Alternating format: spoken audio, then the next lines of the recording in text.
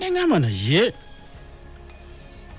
Aidah Elios Nantaba abakulu bagamba poliisi nyamaza sirikaku anti wawulira nga toosirike ekyangu kitono nnyo tubuulira amannya g'abo abakuli obubi abaagala okukugira okulesa emmere y'ensi eno olumu ekaayirira naye Aidah mujjukira ngagamba juzi nti tiwali ajja kunsirisa. No one will silence me.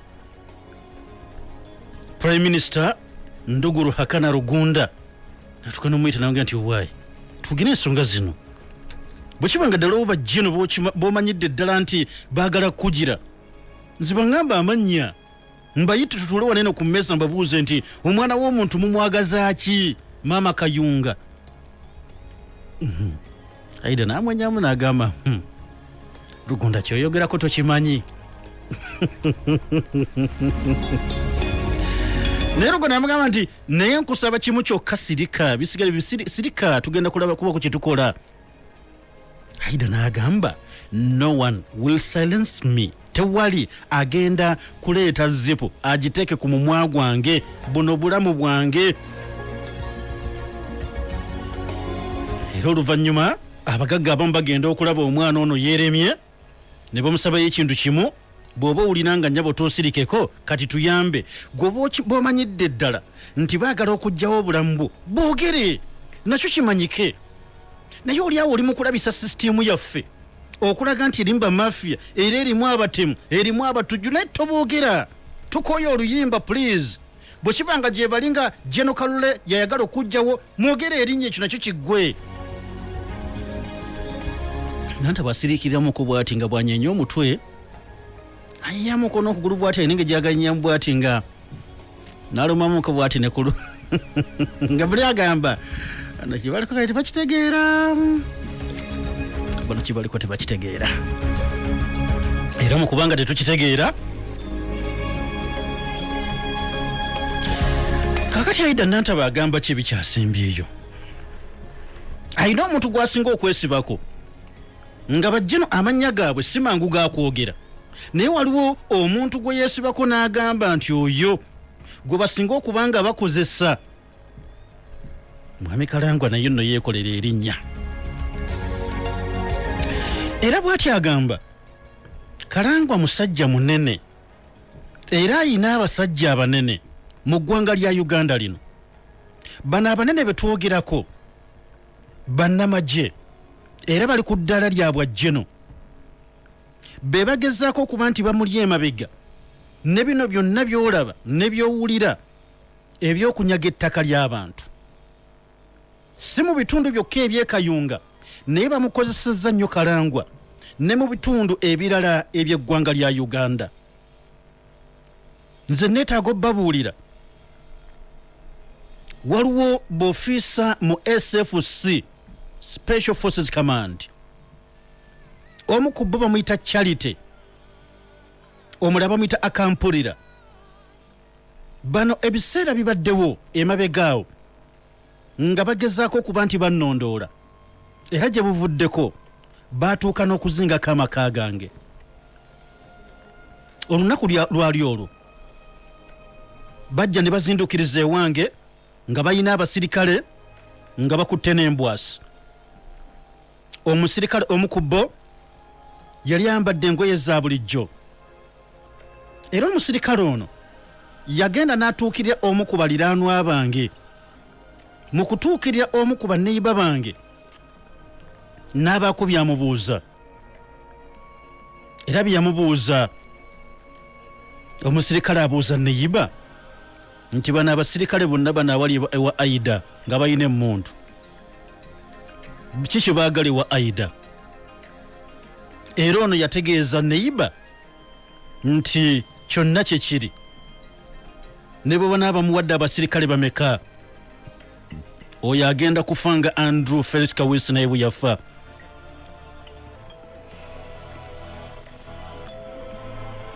Era oluvannyuma neyiba wange ono ng'atidde nnyo yadduka mangu nnyo najja ewange oluvannyuma ng'abasajja bano bagenze mu kutya okungi n'alyoka atandika okuntegeeza omusirikale byamugambye.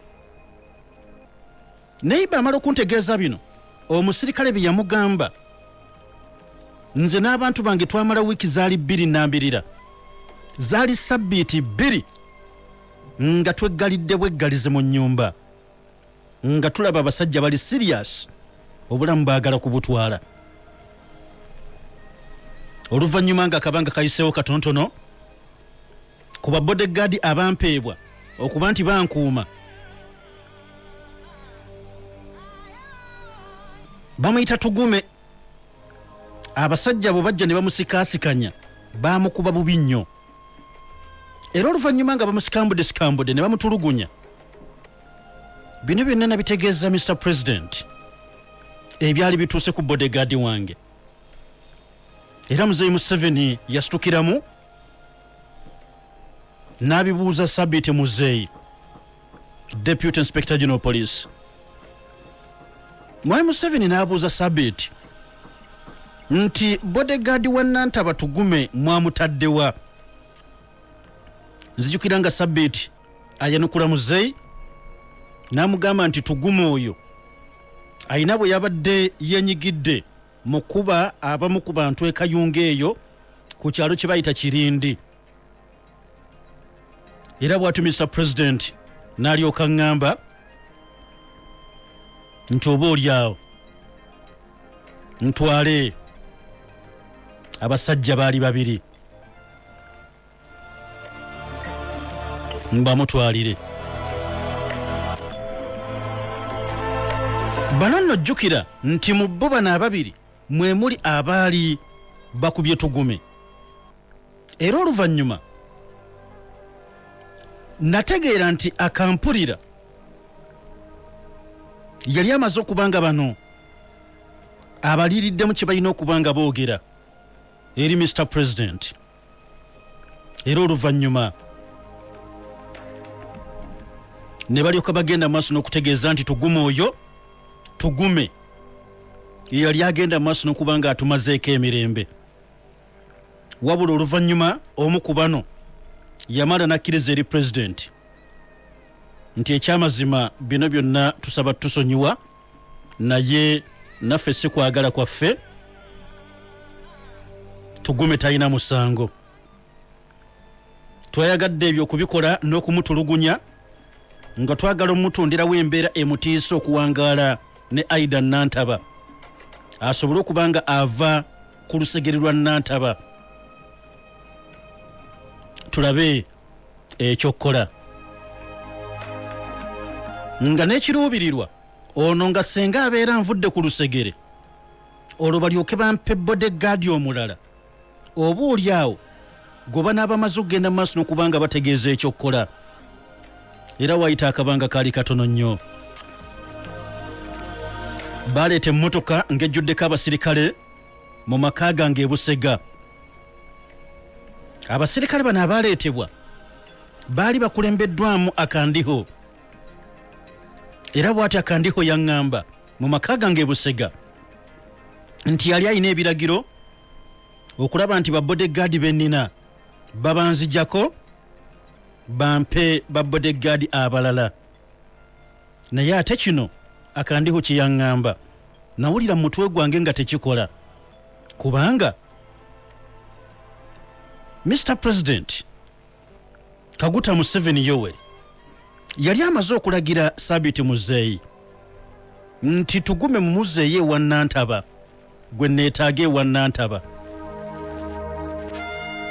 kino nali nkitegedde nga President alagidde Muzeeyi nti Tugume mu Muzeeyi ewa Nantaba, kyokka Tugume tebannamuzza. ate Akandiho aleese emmotoka nnamba y'abasirikale nti bagenda okunkuuma. era ekyo Akandiho kye yaŋŋamba nakigaana, era ne mmugamba Tugume sigenda mubawa bannange, nze ye bodegaadi wange gwe mmanyi. era mu kaseera katono nnyo nga ndebe bigenda mu maaso sikyabitegeera bulungi, nanoonya ku President okumutegeeza ate ekiriwo. era President yanneebaza nnyo okuba nti nagaana okwejjako tugume kubanga yaŋŋamba ye nga pulezidenti tebyali biragiro bye by'okusindika kandiho era lwaki tamanya akandiho yali azze n'abasirikale bwe batyo era bw'atyo pulezidenti n'aŋŋamba mutegeeze senga wabaawo enteekateeka endala zonna eziddamu okukolebwa ezogezaako okunzijjako tugume era okuva ku olwo abasajja bano tebaddanga wange naye nali nkimanyi nti waliwo bajjeno nga bakozesa kalangwa n'omulundi gwaliwo ogumu lwe bakozesa kalangwa oyo we nategerako omusirikale omu wa poliisi we yali agenda okunkuba amasasi mu mwezi gwali gwa 2015 budde bwali bwakiro nga tuli Kayunga ku police station ekyamazima neewunya nga ndaba kalangwa ye mwennyini yawe ebiragiro eri omu poliisi okunzita nalina mwannyinaze gwe bayita Amos Lugoloobi yali ansabye ne tugenda ku poliisi okulaba ebyobululu tugende tulabe ebyobululu bikwatiddwa bitya kubanga kaali kaseera kazibu nnyo mu kiseera ekyo yali amaze ofuna amawulire Amos nti kalangwa yali agezaako okubbira ebyobululu naddala ku abo bye yali agenda mu maaso n'okubanga ye awagira kati mwannyinaze Amos aŋŋamba twesse mu ddene tugende ku poliisi tulabe ki ekigaanyi era bwe ntuukaawo kalangwa awa ebiragiro eri poliisi okunzita ekyamazima omu ku baana ba poliisi omututu gw'emmundu yagunsongamu n'agezaako okwagala okkuba essasi waliwo omusirikale omu ku baana abaali ku poliisi n'awoggana n'amugamba please totta minisita bino nali sibitegedde wabula ŋŋenda okudda engulu nali maze okugwa wansi ekyamazima kiri nti omusirikale ono yamaliriza nga amasasi agakubye mu bbanga era oluvannyuma omupoliisi omulala yajjaawo n'anfuuyirafuuyira ebintuntu bye twategeera oluvannyuma nti nabyo byali bya butwa awo namaliriza nga bantutte mu Kenya okujjanjabibwa okumala ebbanga lya myezi 2 ekyo kyaliwo nga ne mu Uganda wano abantu nga tebamanyi bintuuseeko kubanga bateekamu ssente n'okukakasa nga balemesa ab'amawulire sitole eno okubanga tebagiraaninga nze bannange ebbanga lye namalanga state minister ow'ebyettaka nali mu ntalo n'abantu abanene era nga mu bo mwe mwali ne mwami Kalangwa eyali agezaako ekinene nnyo okulaba nti anyaga ettaka ly'abantu naye kyanneewuunyisa buli lwe nagezangako okuba nti ntaasa abantu abo Kalangwa be yali ng'agobaganya ku ttaka nafunanga essimu ng'essimu eno eva eri Jeno nga Jeno ono ensi emutya nnyo era nga tewali yenna asobola kumwogerako mu lujjudde essimu eno gye nafunanga okuva eri Jeno yabanga empa amagezi nti tegeeza pulezidenti ateeke ssente mu landi fandi okusasula ettaka Kalangwa lyali abbye Jeno bw'atyo bwe yaŋŋambanga nti gw'oba olaba nti ddala Kalangwa yabbye ettaka eryo kati gamba pulezidenti wo akwate omudidi gw'ensimbi zijje zisasulwe abo ab'ettaka lyabbye mu ttaka lino lye twogerako mwe mwali erya Luyombya famire nga 10 zaali zimaze okugenda maaso n'okubanga zisenguddwa ku ttaka eryo bino nabitegeeza pulezidenti era ne mmutegeeza nti waliwo Jenowo aŋŋambye bw'ati era bwe ntyo bwe natandika okukizuula nti ssente z'omuwi w'omusolo ekyamazima zikozesebwa nnyo naddala mu bintu bino ebyokuliyirira abo ababeera banyagiddwako ettaka lyabwe. Naye nze ng'omu ne pulezidenti kyemugamba ti Mr. President bino nze nga sibiwagidde. Oli anyageko abantu ettaka ate tumale tugambe nti kale atwale butwazi bw'atyo. Ne musa Mr. President nti ekyo ekirowoozo geno kyaŋŋambye nkugambe nze sikiwagidde era President please kireke ku lw'obulungi bw'eggwanga. Babodegaadi bange bennyini olumu baakozesebwanga okunnemesa yadde okuba enkuŋŋaana ezikwata ku bantu abaali bagobaganyizibwa ku ttaka. Bano babodegaadi bange baakolagananga n'abamu ku bantu mu State House abaatulemesanga okuyingira mu nsonga z'obunyazi bw'ettaka. Era omu ku babodegaadisi bange erinnya kandyerekereze bamweyambisanga na nnyo buli kadde okulondoola entambula zange. Wabula oluvannyuma nafuna amawulire agaali ag'omunda ddala ne baŋŋamba nti omuntu ono n'olunaku Ssebulime lwe yattibwa omuntu oyo gwe baakozesanga nga bodegaadi wange naye ng'atambega olunaku Ssebulime lwe yattibwa nafuna amawulire naye mwennyini mu eriya eno yalimu. Kati nange simanyi kikyali kimuleese. Wabula kati omusajja oyo baamutransfaringa okuva e Nakasero era kati ntegeera kali Entebbe airport. Era baŋŋamba waliwo enteekateeka n'ez'okwagala okukwata lwakiri enjaga bagiteeke mu nsawo yange gye ntambula nayo lwakiri bankwate nga nfuluma eggwanga. Waliwo ofiisi omu ku kisaawe eky'ennyonyi eyatuuka n'okunsaba nti nkwegayiridde maama Nantaba tambulanga ne kali akasawo kokka akatono k'okwatira mu ngalo. Waliwo olukwe lwe bakupangira.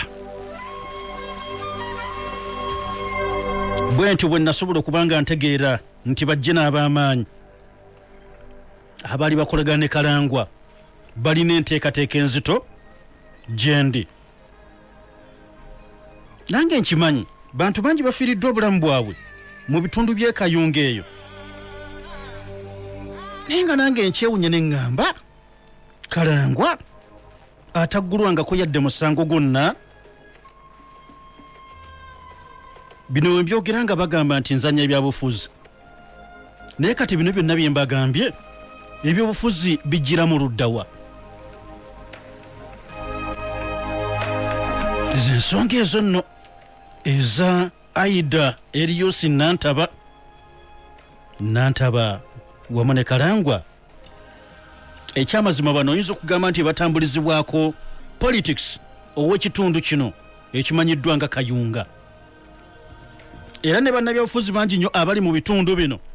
Era ogenda okuwulira ng'oli lwakiri ayinza okuba nga akiika wa Nantaba oba nga akiika wa Kalangwa. Nantaba amaanyi okusingira ddala oba oli awo gali nnyo mu kwesigamira ku bantu bano babadde ageza kubanga alwaniriro lw'ettaka lyabwe. Ate nga mwami Kalangwa amaanyi agajja nnyo naddala mu cash kubanga ye waali. Era kigamba nti ono amukozesa nnyo okulaba nga support yonna gy'aba yagadde mu bitundu bino eby'e Kayunga abeera agifuna bulungi. Nga disitulikiti nendyoka nkulabira Aidah Eriyosi Nantaba nendyoka nkulabira Kalangwa.